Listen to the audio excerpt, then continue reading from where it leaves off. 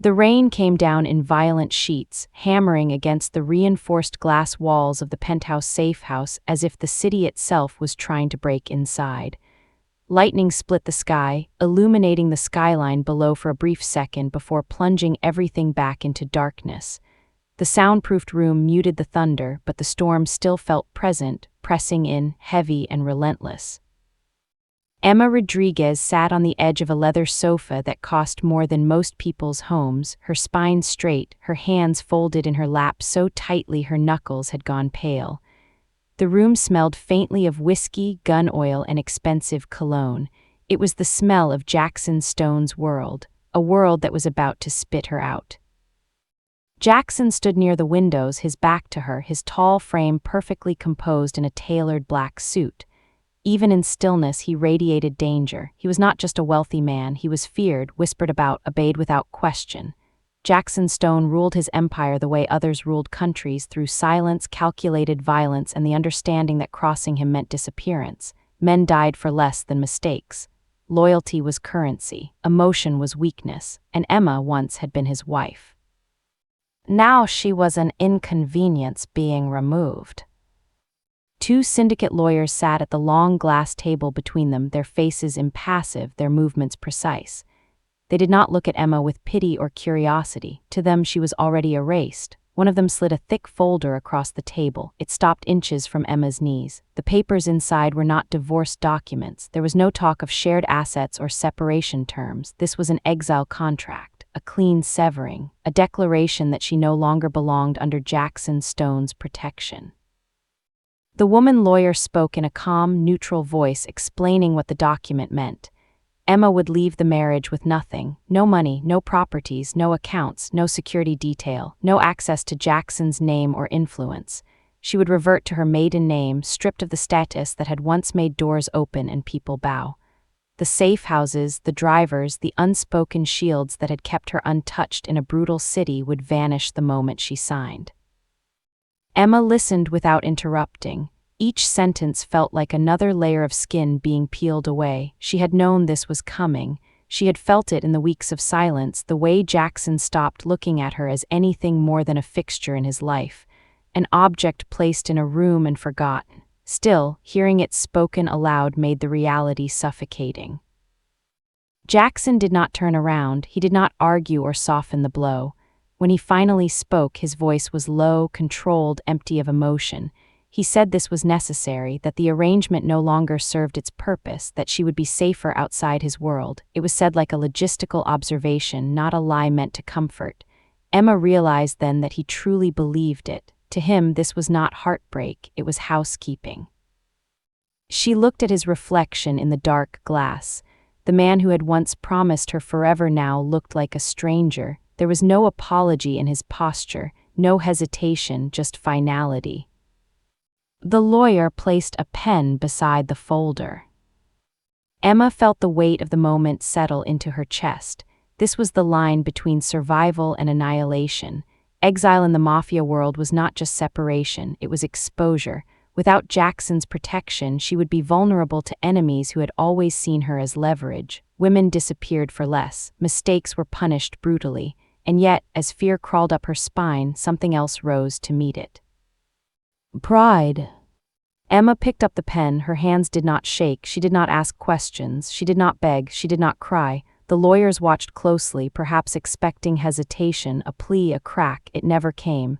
She signed her name page after page, each stroke steady, deliberate, reclaiming her identity even as she lost everything else. When she finished, she set the pen down gently. The silence that followed was heavier than the storm outside. Emma stood. For the first time that night, Jackson turned to face her. Their eyes met. His were cold, assessing, already moving on. Hers were clear, stripped, unafraid. She did not thank him. She did not curse him. She simply looked at him, committing the moment to memory. This was the night he took everything. This was the night she walked into danger with nothing but herself. Without another word, Emma turned and walked toward the door. The locks disengaged with a mechanical click. The storm waited for her on the other side. As the door closed behind her, Jackson Stone remained in the penthouse, ruler of an empire built on blood and silence, convinced he had just eliminated a weakness. He did not yet understand that he had created something far more dangerous.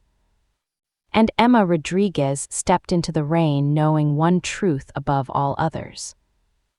Exile would either kill her or forge her into something no one, not even a mafia boss, could ever erase again. Jackson Stone had not always been a man made of ice, but power had trained him to erase anything that slowed him down, and Emma had learned this too late. She remembered the early days when his attention felt intoxicating, when his presence filled rooms and made people nervous. And when he looked at her like she was something rare, something chosen back, then she thought his silence meant depth, his control meant safety. She did not understand that in his world love was tolerated only as long as it did not interfere with dominance, and the longer she stayed, the more she disappeared piece by piece, until even her reflection looked like someone waiting for permission to exist. The truth was that Emma had not been erased in one moment. It had happened slowly, quietly, over dinners she ate alone in echoing rooms overnights. She waited awake while he returned, smelling of smoke and rain and men who would never betray him. She learned not to ask questions because answers came with consequences. She learned to smile when dangerous men stared too long, and to lower her eyes when deals were discussed in coded language. She became invisible by design because visible women in that world were targets. And Jackson had allowed it because it was efficient, because it kept things clean. What finally broke her was not violence or shouting or betrayal in the way movies promised. It was laughter. She had overheard Jackson on a secure call late one night, his voice relaxed, amused, as he spoke to a trusted man about territory and profits and mistakes.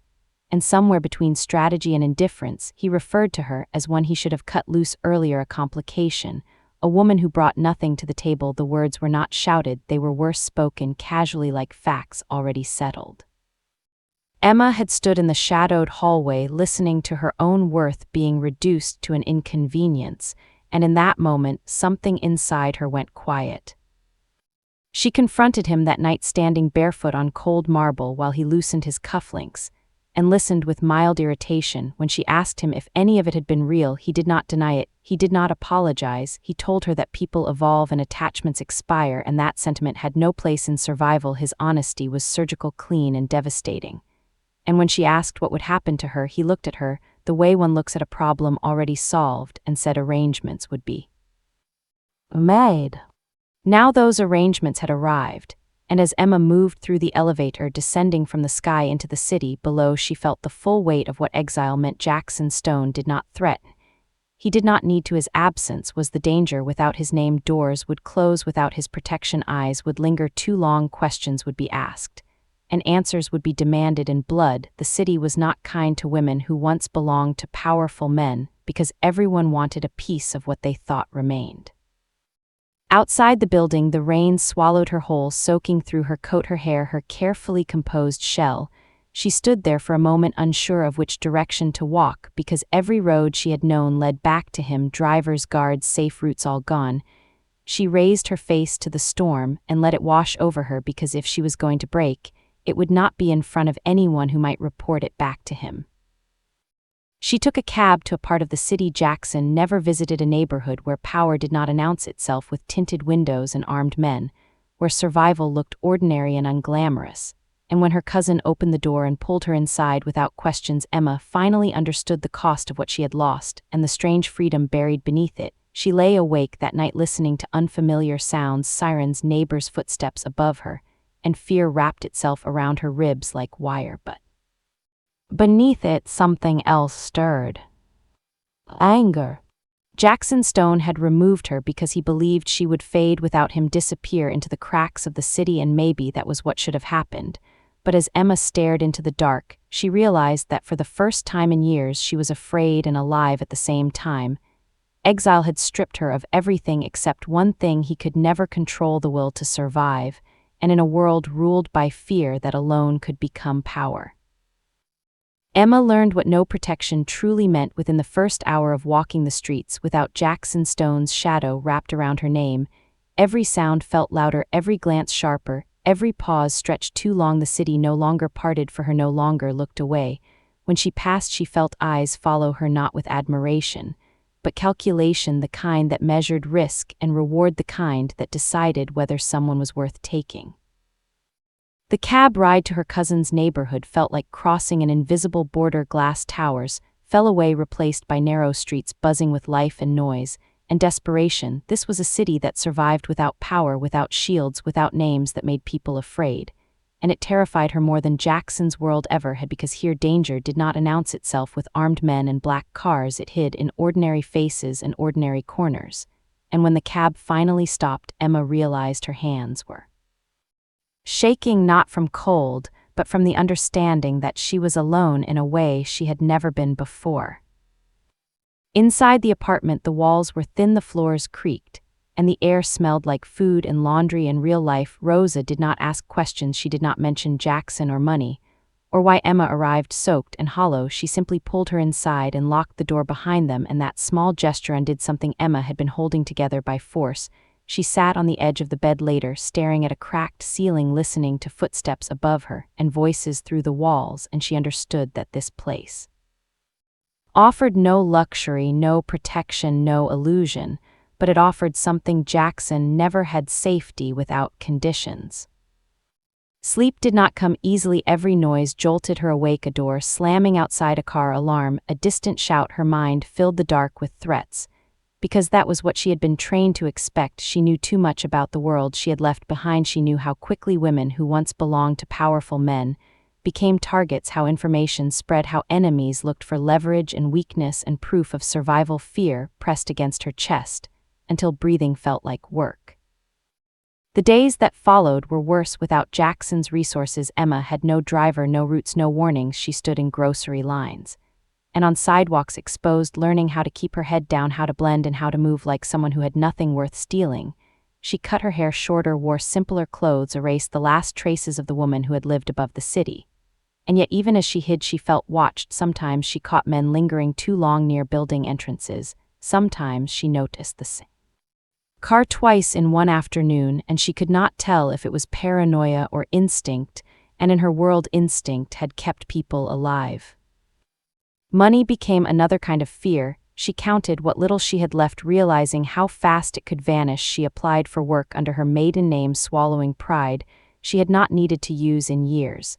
And when the first rejection came, it burned deeper than Jackson's indifference, because this time there was no shield, no name to soften the blow. Survival depended on her alone. One evening, as she walked home with groceries, the sky darkened and rain began again, heavy and relentless, soaking through her clothes. The storm felt familiar, like the night of her exile. And as thunder rolled, Emma stopped under a flickering streetlight and finally let herself acknowledge the truth. Exile was not just about losing comfort. It was about being hunted by possibility, by hunger, by fear, by the knowledge that if she fell, there would be no one to catch her. And yet, beneath the fear, something else began to harden: resolve. Jackson Stone had believed removing his protection would reduce her to nothing. But standing there in the rain, Emma felt the opposite happening. Stripped of everything, she had nothing left to lose. And that made her dangerous in a way. Even she did not yet understand. The city did not know it, but it had just gained a woman who refused to disappear. And whether this world devoured her or forged her, she would meet it standing, not begging, not broken, but awake and ready to survive. Emma first noticed something was wrong when mornings became unbearable. The smell of cooking oil from the diner downstairs made her stomach turn, and the world felt tilted, as if gravity itself had shifted. She told herself it was exhaustion, because fear had been her constant companion since exile, because sleep came in fragments, and her body was still adjusting to survival without protection. But deep inside her chest, a quiet knowing began to form, and it terrified her more than any threat she had imagined. She counted days on her fingers in the dark of the small bedroom, replaying memories she had tried to bury, and when the truth finally surfaced, it did so without mercy. The test rested in her shaking hand as rain tapped softly against the bathroom window.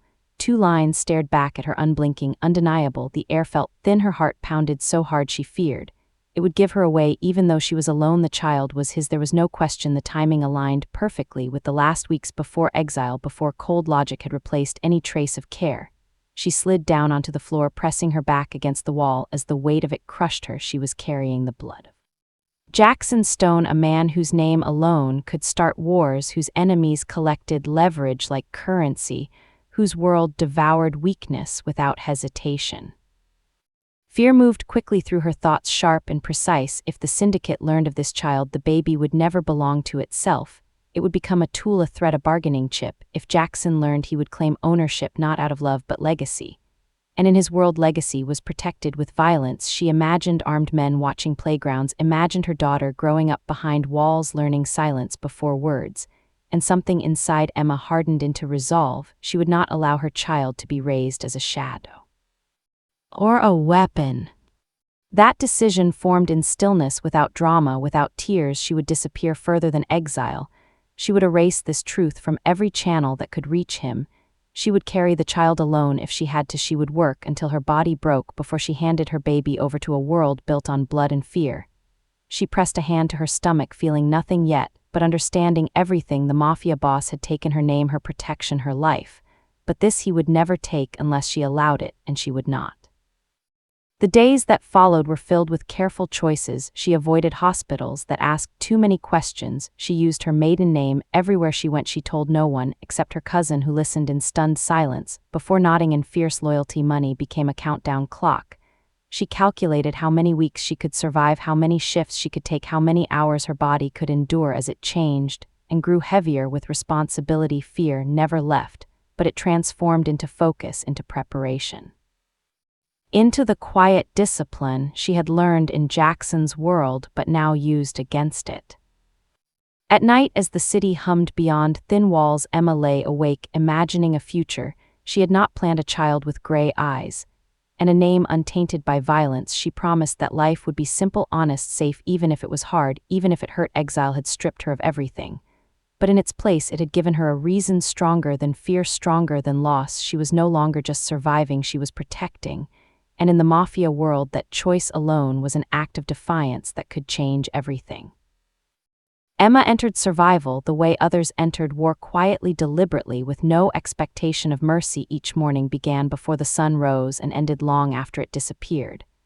And in between, she learned how invisible exhaustion could be when hunger and fear shared the same space inside her. She took a job at a diner where the floors were always sticky, and the customers rarely looked her in the eye, and she learned to smile through nausea and back pain. Because tips mattered more than dignity, she wiped counters, carried plates, and memorized faces, not to be friendly, but to stay alert, because in her world attention could be dangerous, and anonymity was a shield she wore like armor.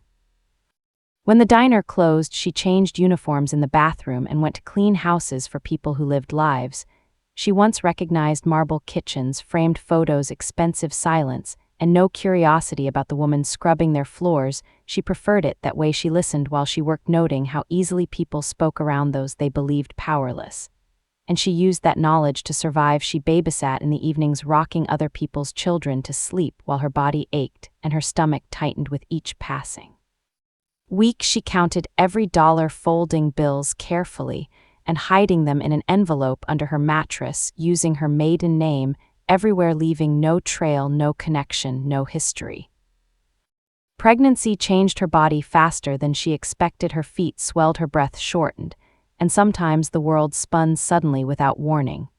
But she did not stop, because stopping meant thinking, and thinking meant fear. She learned to eat simply, cheaply, and enough to keep going. She ignored the looks from strangers and the questions from coworkers, because explanation invited attention, and attention was risk. At night, she lay awake with her hand over her stomach, whispering promises to a child who could not hear her yet, promising safety, promising choice, promising a life untouched by the rules that had almost destroyed her.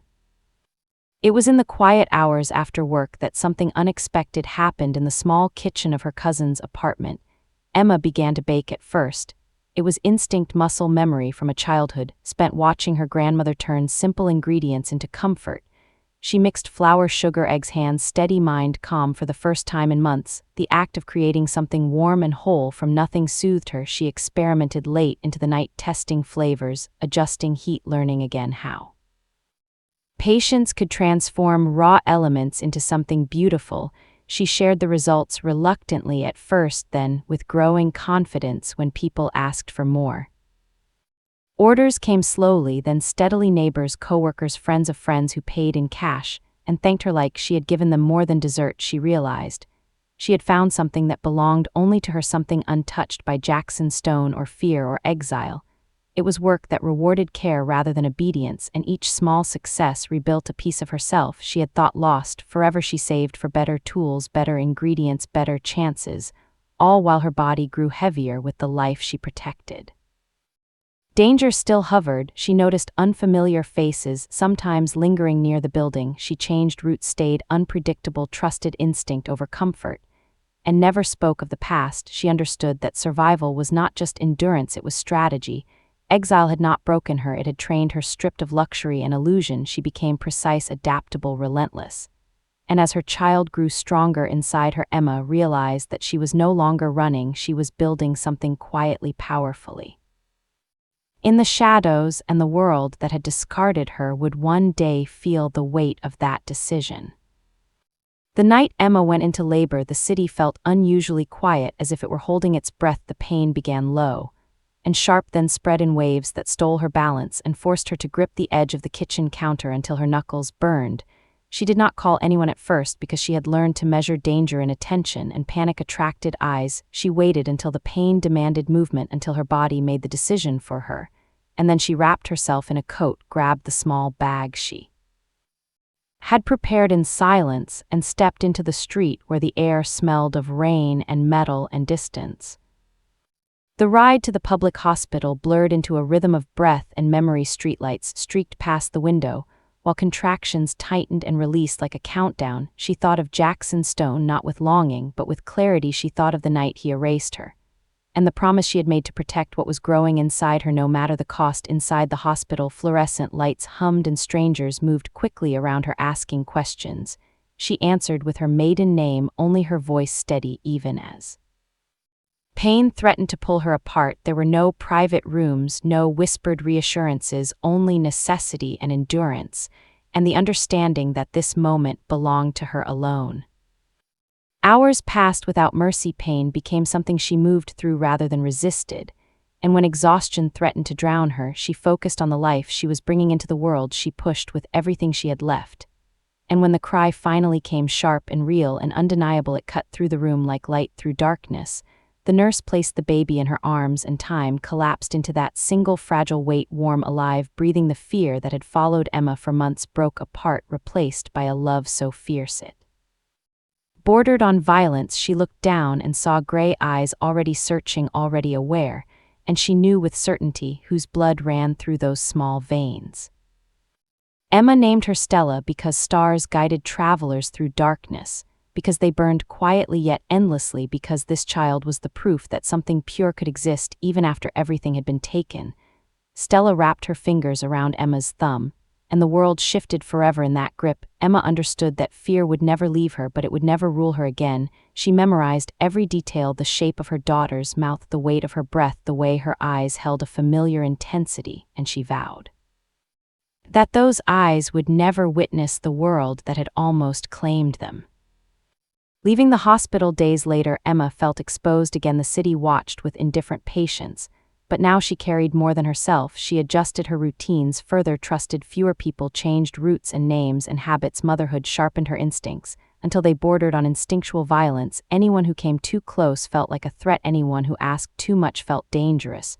She kept Stella hidden, not out of shame, but out of strategy, because in the world Emma knew children of powerful men were not children, they were leverage, and she refused to allow her daughter to become currency. Nights were the hardest, exhaustion pressed against her bones, while Stella cried and Emma rocked her in the dark, whispering stories of safety and choice, promising that this life would be different, promising that love would not come with conditions or fear or blood. She told her daughter that she was free, that her name would belong only to herself. And as the city breathed around them, Emma realized that exile had not ended her story, it had begun. It had stripped her to the core and revealed something unbreakable, a mother willing to stand against an empire to keep one small life safe, and that realization made her stronger than any protection Jackson Stone had ever offered. 2 years passed not quietly, but with the steady pressure of necessity shaping Emma into something sharper than survival. When most people slept, she worked. When most rested, she planned. And while Stella learned to walk, Emma learned how power really moved. She remembered the galas she once attended as decoration, remembered the rhythm of influence, how silence at the right moment mattered more than speech, how beauty without control was useless. She began small. Baking became more than comfort, it became currency. She offered flawless desserts for intimate gatherings, then quietly coordinated entire evenings for people who valued discretion above all else. She understood their language because she had lived inside it, and they trusted her because she never asked for more than she needed. Money arrived slowly at first, then steadily, and Emma reinvested every dollar with discipline, renting a small workspace, hiring help only when she could afford loyalty and consistency. She named her company Radiant Events, not because it was loud, but because it promised light without exposure, and soon word traveled not through advertisements, but through whispers that this woman delivered perfection and never spoke of what she saw. Emma dressed differently now, tailored suits altered by her own hands, hair pulled back, eyes steady. She no longer flinched at authority because she had learned what it cost, and what it hid. Stella grew beside her, curious, bright, watched over by trusted caregivers who knew nothing of the past and everything about boundaries. Emma built a schedule like a fortress, every hour accounted for, every risk assessed. She turned former weakness into advantage, knowing how elites thought, how they feared embarrassment more than loss, how they valued loyalty disguised as professionalism. And when Radiant Events was asked to manage larger functions, she accepted with caution, never forgetting that visibility was both opportunity and threat. Then the call came from a syndicate front company requesting a high-profile launch, something expensive, controlled, powerful, the kind of event that signaled dominance without gunfire. Emma recognized the name immediately and felt the air shift. This was Jackson Stone territory. She understood what it meant to step into his world again, but retreat would draw attention, and she had learned that absence could be louder than presence, so she accepted calmly, professionally, prepared relentlessly. On the day of the meeting, she left Stella with her cousin, kissed her forehead longer than usual, then drove into the heart of the city where glass towers rose like monuments. To control, the building loomed familiar and distant at once. And when Emma entered, she felt the old weight of power press against her shoulders, but it no longer bent her. Inside the conference room, executives gathered, voices, low, eyes assessing. Then the door opened and Jackson Stone walked in, and time slowed. His presence still commanded. Room still carried danger, but something fractured in his expression. When he saw her, he had expected a ghost, a remnant of a mistake. Instead, he found a woman standing tall, unafraid, untouchable. Emma introduced herself with calm precision, using her maiden name, her voice steady, her gaze level. And in that moment, the balance shifted. Jackson watched as she presented her vision, confident, controlled, undeniable. And he understood too late that exile had not destroyed her, it had refined her, and the empire he ruled had just collided with the one she built in silence. The first time Jackson Stone realized something was wrong, it was not because of what Emma said, but because of what his body did when she spoke. His pulse shifted, his focus fractured, and the room that had always bent to his will suddenly felt unstable, as if the ground itself no longer recognized him. Emma moved through the venue like someone who owned the air around her, not hurried, not hesitant, every decision precise, every command calm. Men who once would have ignored her now waited for her approval without question, and Jackson watched from a distance, struggling to reconcile the woman before him with the one he had exiled. He began appearing at the venue more often under the excuse of inspections and security reviews. But in truth, he was trying to map her presence, understand how she had slipped back into his world without permission, without fear, without need. Emma noticed, of course. She noticed everything, but she gave him nothing, no private glances, no emotional tells, no history. She spoke to him only when necessary and only in the language of contracts, timelines, and logistics, each word placed carefully. A boundary he could not cross. Jackson commented once that she seemed different, stronger, and Emma responded with a polite acknowledgement that people adapt when circumstances require it. The words were simple, but the message cut deep. He had believed removing his protection would reduce her to desperation. Instead, it had forced evolution, and the realization unsettled him because power had always responded to him predictably. people feared him, begged him, or tried to deceive him, Emma did none of these. She existed beyond his reach, and that was more dangerous than defiance. As the launch date approached, Jackson found reasons to stay late, walking through the half-finished ballroom while crews adjusted lighting and sound. He watched Emma review details with her team, her posture confident, her voice low, but commanding, and something unfamiliar tightened in his chest, respect tinged with regret. He began asking questions unrelated to the event, where she had trained, how she built her company, how she gained trust so quickly. Emma answered without embellishment, without crediting anyone else. She spoke of work and discipline and necessity, never mentioning him, never acknowledging the world he had once provided, and that omission haunted him. At night, Jackson lay awake, replaying the meeting, the way Emma had introduced herself, the way she had shaken his hand without hesitation, without emotion, and he felt something close to panic, because power meant nothing if it could not command loyalty or fear, and Emma showed neither. His world had trained him to identify threats quickly, and this was not an enemy he could eliminate without destroying himself. What he did not yet understand was that the most dangerous thing in his world was not betrayal or rebellion, but silence, and Emma had mastered it.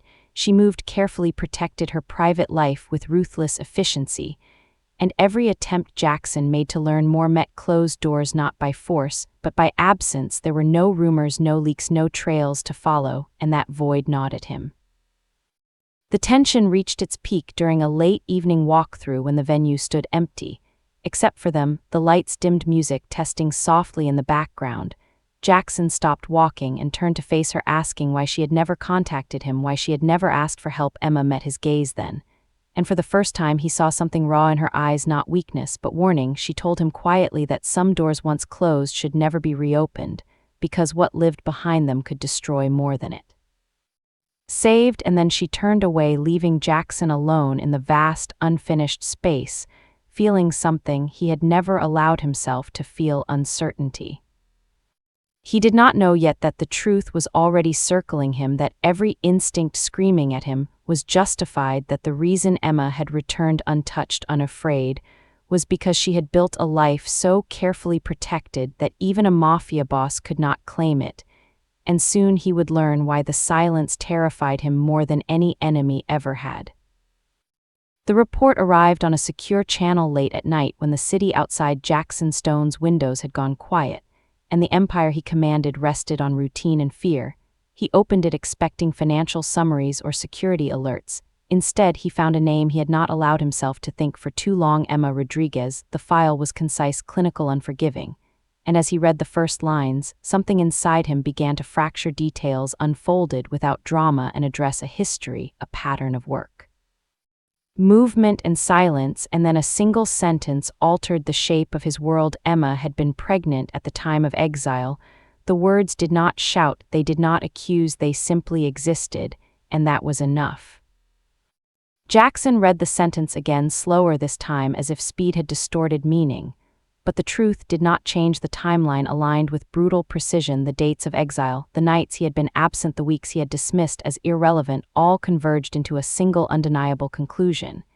He had removed protection from a woman carrying his child. His hands tightened on the desk, as a cold weight pressed into his chest, a sensation he did not recognize, because it was not fear or anger or dominance. It was realization. He scrolled further. The report continued with quiet efficiency: a birth record, a hospital name, a child listed under Emma's maiden name, a daughter named Stella, and then photographs taken from a distance: a park, a bench, a small figure running with uncoordinated joy, gray eyes unmistakable, even in low-resolution eyes that mirrored his own. And the resemblance was not subtle, it was undeniable. The bloodline he had guarded with violence and strategy had been walking freely in sunlight without him. For a moment Jackson felt rage rise, instinctive, sharp, demanding action. His world had taught him that information was leverage, and leverage demanded response. He could reclaim, assert authority, call lawyers and enforcers, redraw the board in his favor. But as quickly as the impulse formed, it collapsed under the weight of understanding. He had not been denied a child, he had abandoned one before she ever took her first breath, and the shame of that truth hollowed him in a way no enemy ever had. Memories surged uninvited Emma standing in the penthouse rain against glass, her steady hand signing exile papers. Without begging, Emma walking away, without looking back, and now Emma alone, pregnant, working, surviving, protecting a life he had endangered. The realization was not cinematic, it was suffocating. It pressed on his ribs, stole his breath, and left him gripping the edge of the desk, as if the ground itself had shifted beneath him. The photographs pulled him deeper. He studied the way Emma bent toward the child, her posture protective, unguarded, the way Stella laughed unafraid. And something inside Jackson broke open. This was not a world he could conquer with money or fear, it was a life built deliberately without him. And for the first time, power offered no solution, only consequence. He closed the file, but the truth did not close with it. It followed him through the night, through sleepless hours, and into the morning when he drove to the park without security, without announcement, and sat in the car watching from a distance. Emma and Stella appeared together, sunlight on their faces. And Jackson did not step out, he did not approach, because every instinct he had ever trusted told him that forcing himself into that moment would destroy it. Tears came without permission, blurring his vision as he watched his daughter chase pigeons, and his exiled wife laugh freely. The empire he had built suddenly felt small, brittle, meaningless, and Jackson Stone understood with devastating clarity that his greatest failure was not losing Emma, but becoming the kind of man she had needed to protect her child from. And in that realization, the feared mafia boss met the truth: he could not outrun redemption, would require restraint, or he would lose them forever. Jackson Stone waited until the night before the launch because timing in his world had always been a weapon, and this time he intended to lay his weapons down when Emma arrived at the venue for the final walkthrough. The space glowed with controlled elegance, light reflecting off glass and polished stone. The empire she had built inside his territory stood complete and undeniable. And for the first time, Jackson did not feel like the man in control, he felt like a visitor asking permission to breathe.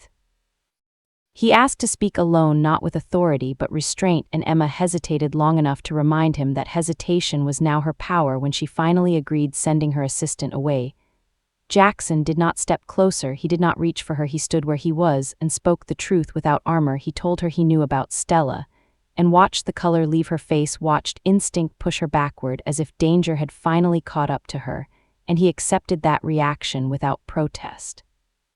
He told her how he found out, not to justify it but to be transparent, and then he apologized, not once, but completely. He did not ask for forgiveness, he did not demand explanation. He spoke of the woman she had been, of the child she protected, of the nights she endured alone, while he convinced himself logic was righteousness. And as he spoke, the feared mafia boss stripped himself of command and stood as a man confronting the wreckage of his own choices.